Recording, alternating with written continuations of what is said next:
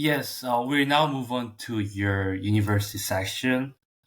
So, in the last academic year, you were a student at UT Austin. So, would there be any reason why you applied to that university and their program? Yeah, so you asked about UT Austin or Yale? UT Austin first. Okay, UT Austin, yeah. So, at UT Austin, so it's kind of a complicated story, but I did want to leave. So I'm a resident of Texas. I wanted to leave. Oh, I wanted to go to an Ivy League. But I come from a household.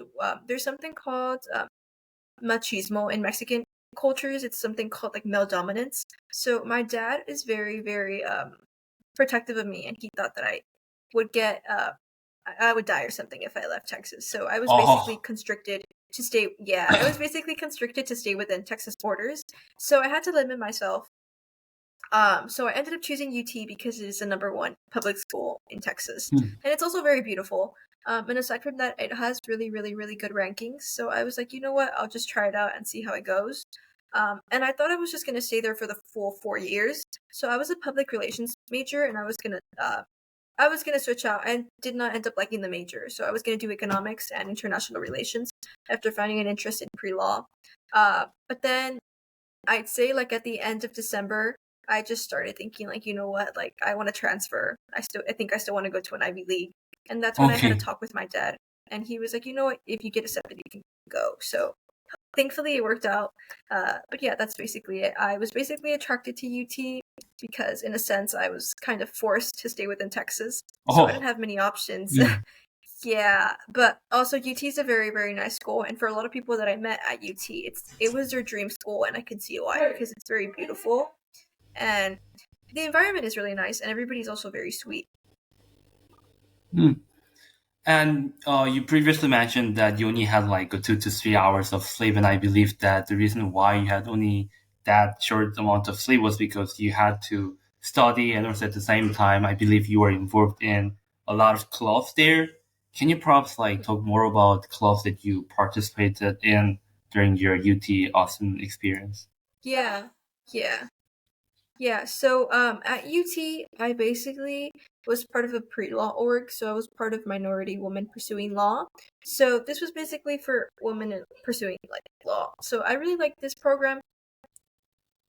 They helped us study for the LSAT, and then aside from that, I did end up going to an actual corporate law firm. So I really, really loved that, and I actually talked to a lawyer that attended Duke University for law school. So I loved that, and she also told me if I got into Yale for undergrad, I would be solid for law school, Oh, hopefully. So that was amazing, and I really liked that. So I spent a lot of my time in that organization, and aside from that, I was also part of a business association program called Hispanic Business Association. And then aside from that, I was also in women in economics. So just basically women in economics, and we just basically had panels, and then we would have social events going on. So yeah, those are basically the three orgs that I was part of. And then aside from that, I also was part of running club, but this is more just like a social thing. But yeah, those were basically the clubs that I was involved in, aside from my research and my job. oh, okay. Off topic though, but I'm just like curious. Like, when you transfer to a new university, do you join there as like a first year, or do you carry all the credits that you have earned from the previous degree? How does Yeah, it work? so it varies from person to person. It also Oh, okay. depends. Yeah, so some people, some people, most of their credits transfer, but some don't, especially if you come from community college. But for me, Oh, since okay. UT is a pretty well-known school, uh, only two of my credits were not transferred. So I did take Oh, like two extra courses, so it worked out for me. So my full year at UT basically transferred over. So I'm still going to graduate in 2027, oh, so the okay. year I'm supposed to. But I've been thinking that I think I might petition for them to give me an extra year to get the full 4 years at Yale, just to not feel pressured to finish everything or like and feel rushed. So I might petition to get an extra year. But for me personally, everything did transfer. Just depends on the Oh, person. It's not like a oh, one okay. size fits all. Oh, that's interesting to know about it. And Mhm. yes, you experienced your uni life at UT Austin, and now you will continue your uni life at Yale University. So, what are your expectations there, and how do you plan to make the most out of it? Yeah, so I plan to make the most out of it. I think Something that I've learned along my first year is that all your memories, or not, if not all, but most, if not most, but all of your memories are made outside of the classroom. So I think I really, really want to join like pre-professional organizations, social clubs as well, and also just talk to professors. Because sometimes you can have very enlightening conversations outside of the classroom with professors, either be in their office hours or just being like, "Do you want to go grab coffee?" And that's how you also make connections along the way. And you can obviously get a rec letter too. That's how I actually got both of my rec letters from my professors. Oh, okay. That's very interesting. And you have mentioned a lot during our interview that you applied to Yale University because that actually suits your goal to become a minority lawyer, I believe. And would there be any other reason why you choose Yale compared like over other top universities or other Ivy League Yeah, colleges?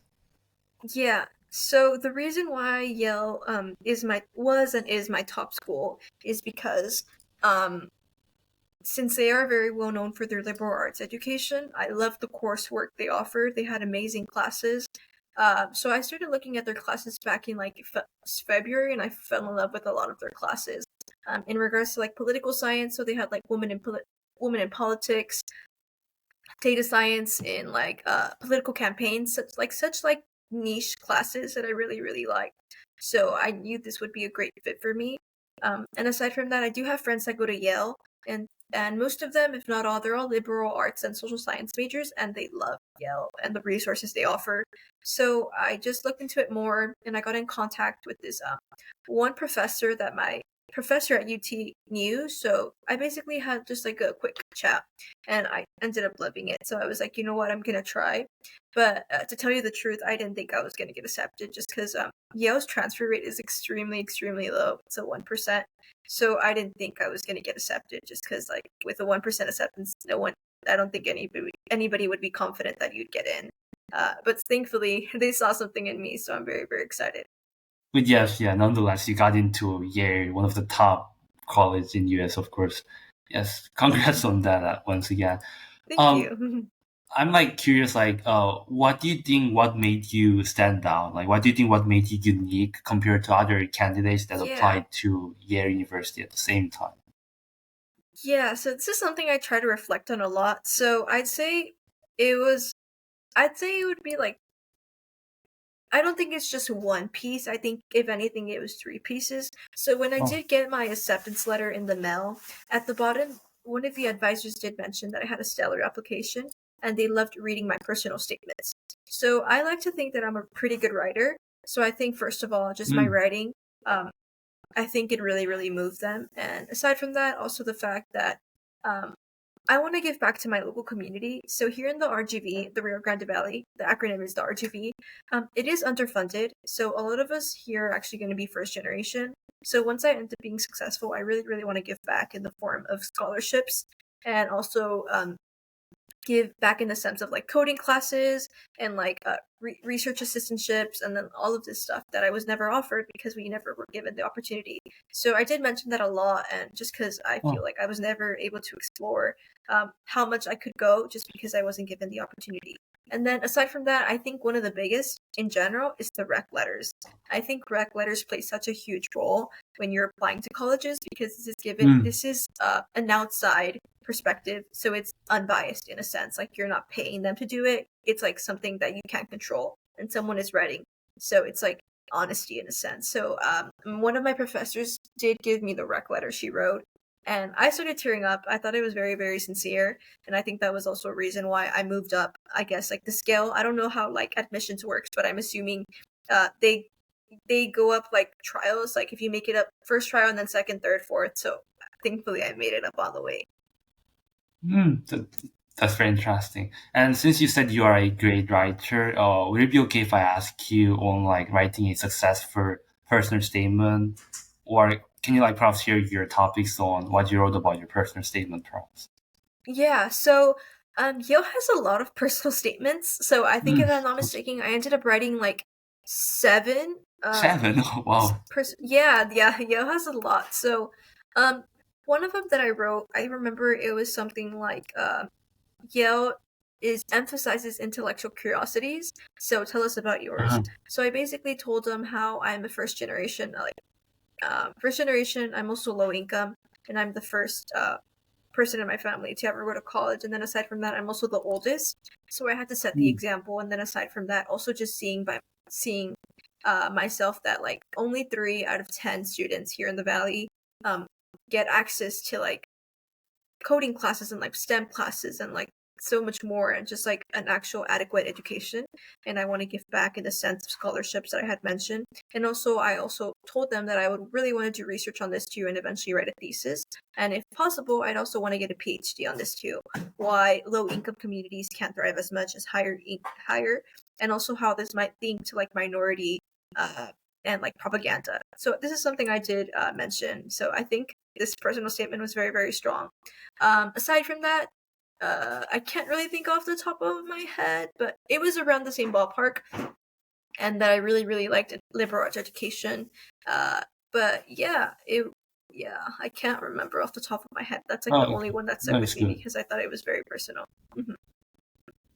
Oh, okay. And you also mentioned about the importance of regulators. Do you have any tips on like prof like getting the best regulators from teachers? Yeah, so I'd say in regards to rec letters, I feel like you can't just ask random people for rec letters or just random professors. You need to form bonds with them before you ask. So Hmm. I would recommend staying after class and just talking about a topic that you learned. So something I did was when I was learning about like internal versus international migration, I would just stay after class and talk to my professor, but I'd be like, so what are your thoughts on it? Like, how does this relate to Oh, what's happening here in the US right now? And just having just like a concise conversation because that shows that you're interested and you're intellectually aware. So I feel like just forming connections with your professors and them going from there because that's how they know you're actually sincere. And they can actually usually write really good rec letters. mhm. Yes. So lastly, yes, a lot of members from our GSU community and watching this interview are, of course, interested in applying to top universities in US. So, what advice would you give to students applying to or wishing to apply to competitive programs at top universities like Yale and UT Austin? Yeah, so I'd say some like piece of advice I'd give to students looking into these like top 40 universities is really Um, I'd say first of all, it's just when the application opens up, I think it's a good idea to just look through everything just to see what you can do for the most part because by the time you apply, if you're already a senior, there's not much you can do aside from your clubs and orgs. It's more like your writing. I think your writing is what's going to make you stand out. So I think how I looked at it, because I was a tour guide at UT Austin, so I would give a lot of advice to prospective students. It's like people applying, everybody already has amazing scores, so they don't really care too much about the scores anymore because those people are going to be the valedictorian or like salutatorian of their class. They're going to have great GPAs and stuff, so they don't really care about that because that's very generic. They care about how what are you going to bring to the table? How are you going to help them? Basically, give them like a better ranking, like 10 years from now because you're gonna get like a world like you're gonna get like an international like prize or something. How are you gonna help them just like build their name even more, and how are you going to give back, and how are you going to fit into their school? And I feel like that's something I really reflected on throughout my supplementals. And I did get a Yale interview. I think it was like in April, late April, Oh, and I really talked to my advisor. Sorry, not my advisor, my Yale interviewer, and I think he could really see that I was very interested in the school. So yeah, I think just taking it slow and just relaxing and then just taking a step back and reflect on your past and how you could write about that in your supplementals is very, very important because up to that point, you can't really do much about the GPA and you can't really do much about your involvement. It's more the writings and your expanded or CV resume. yes, yes. Thanks so much for the insightful answers. Kartik, do you Yes. have anything else that you want to ask her? No, no more questions from me. I think you answered all the questions. Yes, thank you so much for your time today, and I think we can conclude our interview here. And yes, wish you the best luck at Yale University, and yes, hope you become a great minority lawyer in the future. And yes, once again, thank you so much for your time. Thank you.